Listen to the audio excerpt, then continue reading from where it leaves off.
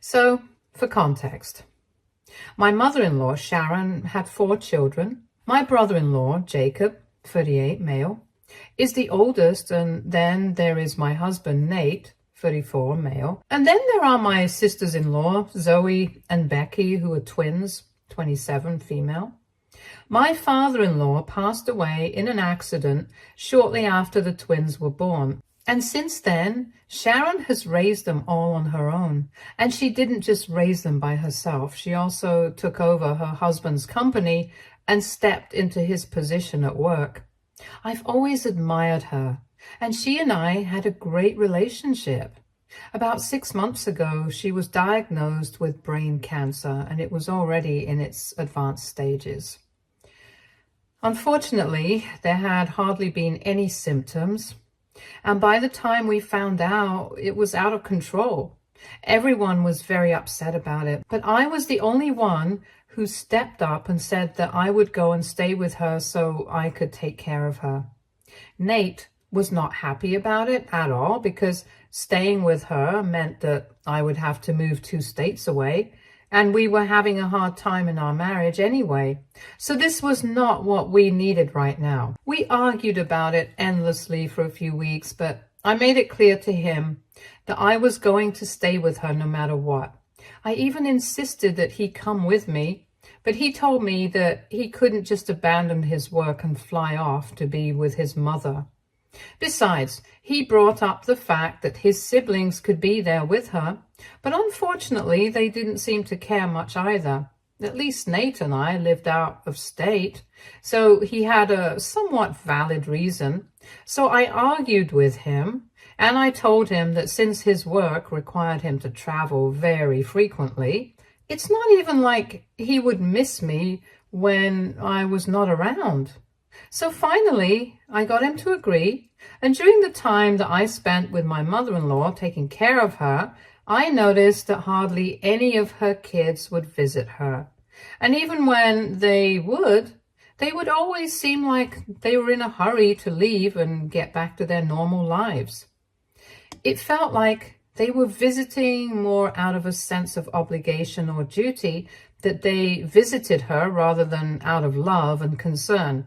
And that just seemed very strange to me. Anyway, I have spent the past few months with Sharon, taking care of her and just being there for her emotionally, because for the most part, she did have a nurse to stay with her during the day. I didn't do it because I expected something out of it. I just did it because as somebody who had lost her own mother to cancer when I was 16, I just really wanted to be there for her. But her health only got worse with time, which was not unexpected, but it was still really difficult to deal with. Anyway, 2 weeks ago, she passed away after a particularly rough few days. I was the one who organized the funeral with my husband since he had decided to be there with me during her last few days, unlike the others. 3 days after the funeral, since the family was still together in one city, her lawyer got us all together and told us that she had emailed the details of the will to everyone and even told us all about it in person as well. And I really wish that hadn't happened because Sharon left her entire estate to me. And it's caused a lot of drama in the family and even in my marriage. I have mentioned that Sharon took over her husband's company after his passing, which means that she's been doing quite well for herself, and all the money left over after covering her medical expenses has come to me. I have also inherited her house, all her jewelry, and other expensive assets. As soon as her lawyer announced it, the rest of the family was shocked for a couple of minutes before they started going off about how unfair all of this was. I didn't want to speak to them at the time, so I just left the room, but they stayed in Sharon's study for about half an hour more, and I could hear raised voices from the room, including Nate's. But I couldn't hear what they were talking about. And neither did I want to find out, because I was sure that it couldn't have been anything pleasant. Anyway, eventually they left without even saying goodbye to me, and finally Nate came to me. He also seemed really shocked that his mother had left everything to me and nothing to her children. But he still tried to be nice to me initially, saying that I deserved it because I was the only one who had been by her side ever since her diagnosis. He had visited a couple of times over the past couple of months, but that hadn't been nearly enough to compare to what I had done for her. So I thought that he would be more understanding than his siblings. But after he was done appreciating me, he told me that in spite of that, he still thought that it was weird of his mother to leave everything to me, and told me that he had discussed it with his siblings, and they believed that to make everything fair, I needed to split everything with them equally. I found it really shocking the way he just casually informed me that I would need to do this. And given the fact that it had been a discussion between him and his siblings, I hadn't even been included in it. I didn't think it was necessary for me to agree, and so I didn't. I told him that there was still a couple of months to go before I actually inherited anything, since the will was in probate for now. And when I finally did get what my mother-in-law had left me, I would think about it then. But as of now, I'm not planning on promising anything. And that was all it took. He immediately started yelling at me about how selfish I was being and told me that I had no right to snatch away what rightfully belonged to him and his siblings. That did not sit right with me because I was not snatching anything away from anyone. And as for what rightfully belongs to them, I think that was for Sharon to decide. And seems to me she had made up her mind. So I fought back, and soon enough we were in a shouting match. Him and I had already been having a really hard time with each other for the past couple of years, which was a tiny part of the reason why I had wanted to move in with Sharon, just so that I would have some time away from him. Coming to the reason why we had been having so much trouble in our marriage was mostly because he wanted children and I wasn't ready yet. His work has always required him to travel a lot, and he hardly ever stayed home. So I knew that even if we did end up having kids, I would be the one who would end up taking care of them most of the time because we didn't have any relatives where we lived, and nannies were pretty expensive. And as a working woman, I couldn't afford to drop everything and quit because we needed the money, and also because I did not think it was a good idea for me not to be financially independent. So I had been postponing it, and he kept arguing that we couldn't just delay it forever because biology was a thing. And I would end up arguing that if he wanted to have kids, he would have to devote more time to his family than his job. And he would tell me that we needed money, and since my job was work from home, I didn't have to worry about who would take care of the baby because I wouldn't be at home anyway. We just kept arguing in circles over and over again, and so our relationship had become quite bitter, but we wanted to make it, so we have been together until now. But things changed after the last fight we had because he called me selfish. And he even threatened to leave me if I did not share my inheritance with him and his siblings, saying that my decision would definitely have an effect on our marriage, so I should think twice before doing anything. So I told him that I didn't care what he and his siblings thought of me, and he got really angry and walked out, and we haven't spoken since then. It's been a week and a few more days since the fight, and I have been staying in Sharon's house. Jacob, Zoe and Becky have dropped in a couple of times to convince me to share their inheritance with them, but all I've said to them is that I'll think about it because I don't want to commit to anything that I'm not ready for. I feel really selfish doing this, and I honestly don't know how to go ahead. But the one thing that I am sure of is that Sharon's kids really never deserved her. When she was sick, I was the only person who had constantly been there by her side, and I had done it because I really loved and admired this person. Her other kids seemed very disinterested, so now she has left everything to me. It doesn't seem unfair to me at all. I've spoken to my dad as well, and he thinks that her other children are not wrong for expecting me to share the inheritance. It's ultimately my decision what I want to do with it. And if I'm being honest, I'm leaning towards keeping it all for myself because it's a lot of money, and with this, I can start my own company. I have been planning for a couple of years, but I had always tried to wait for the right time. Now that I have all the resources, I can quit my job without worrying about the money and start working on my business model.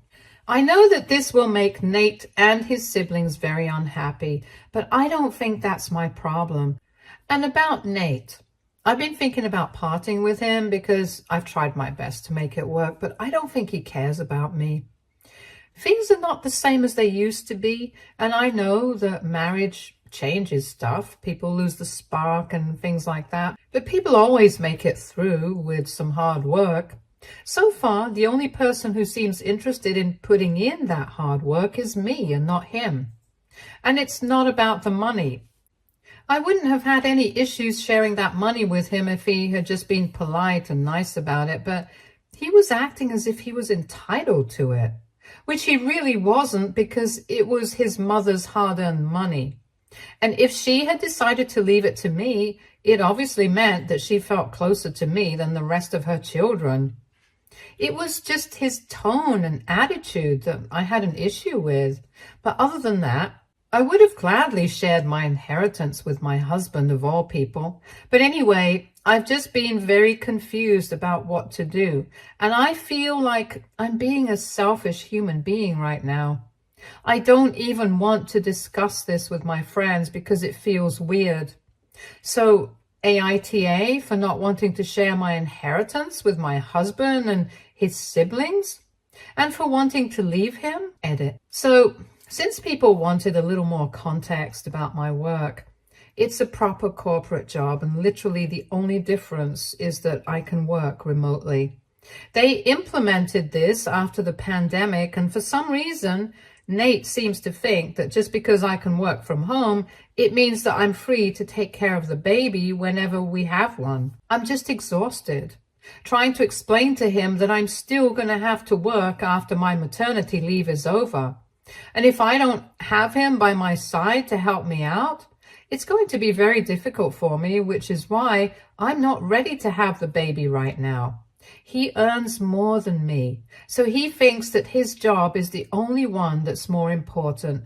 And even though he hasn't ever actually said that, I can tell that's what he thinks from the way he behaves whenever we argue about this.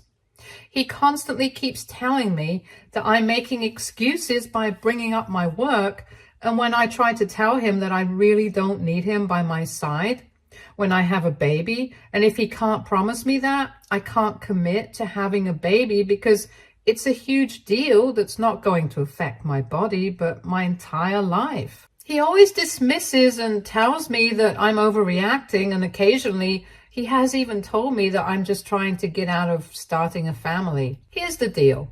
I want a baby as much as he does, but I also want the commitment from him that he's going to cut down on time at work.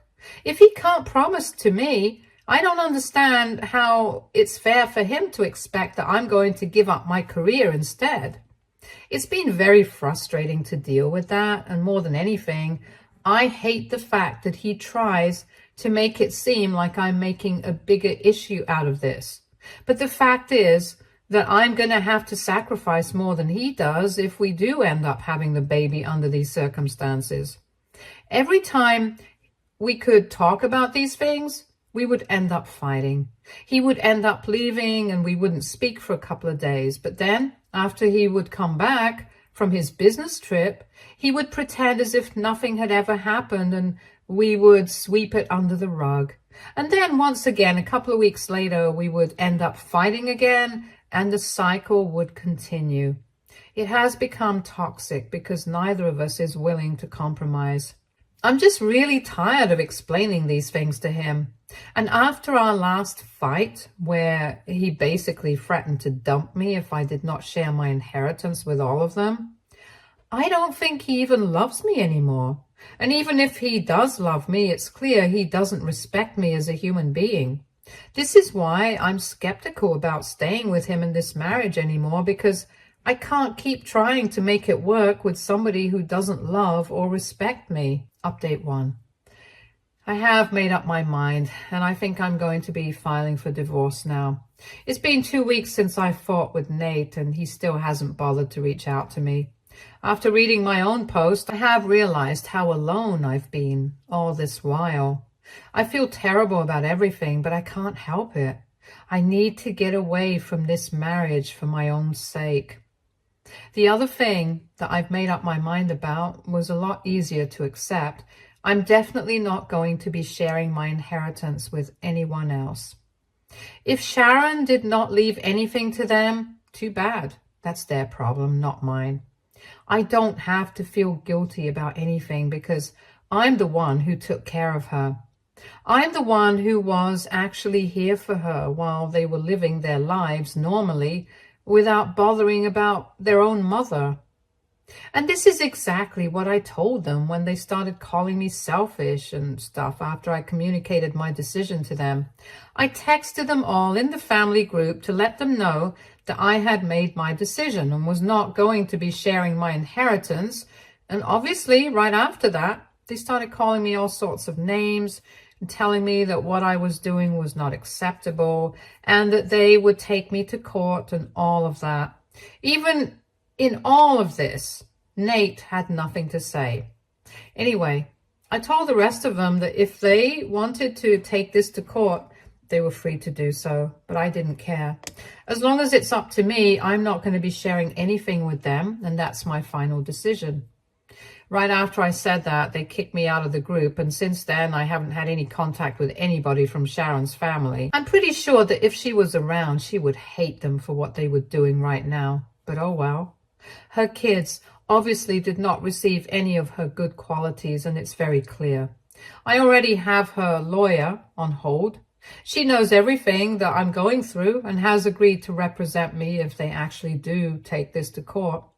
She's also said that she's going to put me in touch with a divorce attorney soon as well, and then I'll go ahead with my divorce petition. It's not like I'm not happy about it, but I can't see any other way out of this. Update 2.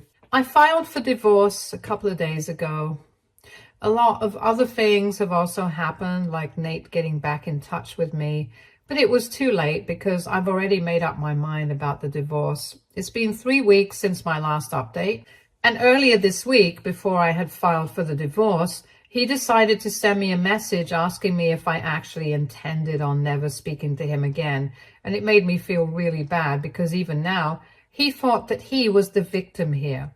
I was the one who had been left all alone by him after our last fight, since he hadn't even bothered to speak to me, and yet he was pretending as if I was the one who was responsible for the situation. So I called him up and told him that I couldn't do this anymore. I was sick of fighting so frequently, and I just wanted out. I told him that I had already spoken to a lawyer and was going to file for divorce because I really couldn't understand how he constantly expected me to pretend as if everything was all right without ever making an effort to fix things. I told him that I was tired of waiting for him to understand what I was going through, and at this point it was pretty clear that he was not interested in anything or anybody's troubles apart from his own. So given the circumstances, it would be better for us to go our separate ways now. I was really hurt, and I was trying hard not to cry. I tried to be as polite as I could, too, but even that was not enough. He started yelling at me, telling me that I was being overdramatic and he knew I was bluffing about getting a divorce, just because I wanted him to apologize to me and pretend that I was the victim in a situation that I myself had created. He told me that he didn't care for my theatrics, and while he was yelling at me, I literally had to stop him to tell him that I actually intended on going through with the divorce and that I was not just being dramatic. I don't even know why he would think that, because so far, no matter how much we have fought, I've never spoken about divorce because I've always wanted to make it work with him. But as soon as I told him that I was serious, he took a couple of seconds and went silent. And then he started to say that he should have seen this coming and that this was bound to happen and stuff. And when I asked him what he meant by that, he accused me of leaving him just because I was going to receive a huge inheritance now. I was shocked that he would even say something like that because our relationship hadn't been like that at any point. I was not the kind of person to be with somebody for money. And obviously, I'm not the kind of person who would leave somebody for money either. The inheritance didn't even factor in here. It was his behavior that mattered to me. And when he made that statement, I literally ended up crying because I couldn't hold back my tears anymore. I just couldn't believe that somebody whom I loved was saying such things about me. And even while I was crying, he told me that he had no sympathy for me because I had turned out to be a horrible human being and he regretted ever getting married to me. So I lashed out at him and I told him that I was not the one who had changed because of money. He was. I was just jealous that his own mother had decided to choose me to inherit everything that she owned instead of him or his siblings. And on top of that, he just couldn't deal with the fact that I actually didn't owe it to them to share anything.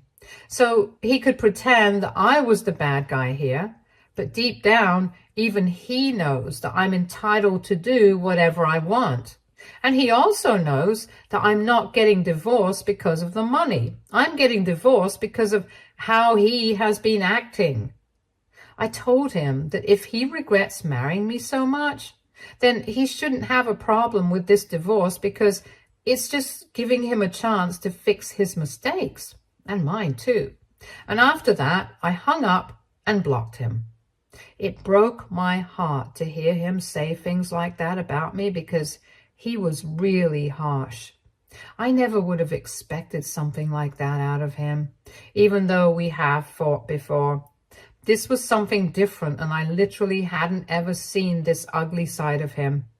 At this point, I don't even care if I'm being the bad guy by leaving him, and I don't care if people find the timing of my divorce suspicious, which I am sure they will. I know my family is never going to say anything about it, but given the recent behavior, I'm sure that his siblings are going to have a lot to say about the fact that I'm trying to get divorced right after I got to know that I would be receiving an inheritance from my mother-in-law. They are definitely going to try and make something out of it, so I'm mentally prepared for that anyway. But ultimately, I really don't care what any of them say anymore because I've tried my very best to be patient and understanding.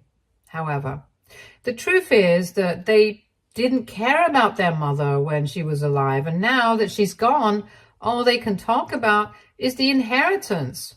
It's just really pathetic. Update 3. So Nate was served with the divorce papers recently, and of course, he must have told his siblings about it because for the past 2 days, my inbox has been flooded with hateful messages from all of them. It's very funny how until before they found out about the inheritance, all of them were all about minding their own business. They were siblings, but they didn't keep in touch much and had their own lives. And now, just because they have one target, they're acting like they are an inseparable family. To be fair, calling this mob mentality would be better because all they want to do right now is gang up on me and make me feel bad about myself. I don't even know what they think they're going to achieve by doing this, but I've kept my nerve and I'm not going to let them get to me. Jacob and the twins have called me every single name in the book in the messages that they have sent me so far. From selfish to manipulative to drama queen and whatnot. I didn't respond to any of them though. I just blocked them all. I've still been staying in my mother-in-law's house, so with the exception of Nate, we are all in the same city and they can drop by whenever they want to. That's the only thing that I'm slightly worried about because even though I'm going to inherit this house, They still know where I live, and I really don't want them to come and harass me in person. The problem is, given their current behavior and attitude towards me, I wouldn't put it past them. Until now, they have restricted themselves to just sending messages, but now that they can't even do that since they have been blocked, I'm concerned about what they might try to do in the future. But I'm trying to put some extra security measures in place and amp up the technology around the house, since Sharon wasn't exactly a big believer of all that. But anyway, even if they do try to do something funny, I do have my lawyer with me, and I'm going to make sure they suffer the consequences. So far, there has been no indication that they're going to take this to court and contest the will. But I am prepared for that too. If I'm being honest, I'm exhausted from worrying about all those things constantly. And I'm just emotionally drained right now. But I know that I'll have to deal with it. So that's what I'm doing without any complaints. Thankfully, at least I still have my dad and a couple of good friends standing by my side. So they're making this a bit easier for me. And for now, I'm grateful. Given the situation right now, I'm just glad to have anybody by my side at all, since it feels like everyone has turned against me just because I'm not willing to be a doormat for them anymore. Update 4. Hi, I know that I have been inactive here for a really long time, but there's a lot that's been going on in my life in the past few months, so I just really didn't have the time to post any updates. But now that I do, let me fill you guys in on what's been happening. Firstly, of course, I've been very busy with my divorce because that's pretty much been the only thing on my mind recently. We are already done with the mediation, and thankfully we have been able to wrap it up. So we are hoping for it to be finalized in 3 more months. We have divided everything, and even though Nate was trying his best to get a part of the inheritance by painting me to be the bad guy, my lawyer and I were not having any of it. And I don't think that he wanted to drag this out either. So he just let it go after one point. He still hates me, I'm sure of that. But it doesn't matter anymore. I'm learning to let go of these things because I think he stopped loving me a really long time ago, and I was the only one who had been holding on. Now it's time for me to let it go. So that was that. And I've also officially moved into Sharon's house. I've had to change states for that, so there is a lot of red tape that I still have to deal with, but I'll get it done eventually. And last week, I finally put in my resignation from work so I can start working on my business model, and I'm hoping to get started by next year. I'm keeping my fingers crossed. Hopefully, things will go well for me. Also, I was lucky enough not to be bothered by Nate's siblings after my last update. Not personally, at least, because they did try to take me to court by contesting the will, but I think the rest of the family talked some sense into them and stopped them from wasting their money. I'm mostly referring to the relatives that my mother-in-law was close to, since they have reached out to me in the past and have been very nice to me. They have also expressed how disappointed they are with how Sharon's kids have been behaving, especially considering the fact that they haven't even been there for her when she was sick, and it was me all along. Sharon's family wouldn't even have been able to find out about what her children were trying to do had it not been for their own big mouth. They were trying to paint me in a bad light and turn everyone against me by making it sound like I had manipulated Sharon into leaving everything to me. And they had gone to the extent of saying that I wasn't even actually there taking care of her since she had a nurse, and I was just there to show off that I'm a great person. But everybody came to my defense because at least they had all been there for Sharon and had dropped by quite frequently when she was sick, so they knew me. And they told me that they had given Sharon's kids an earful and actually brought them to tears when they tried to turn them against me. So I'm grateful for that, because I'm guessing that's what stopped them from taking the will thing too far. I don't think I would have been able to deal with that much drama in one go, because I was also going through my divorce at the time. Anyway, things worked out and I'm gonna focus on the future now. Stay tuned for more stories from our girl relationships.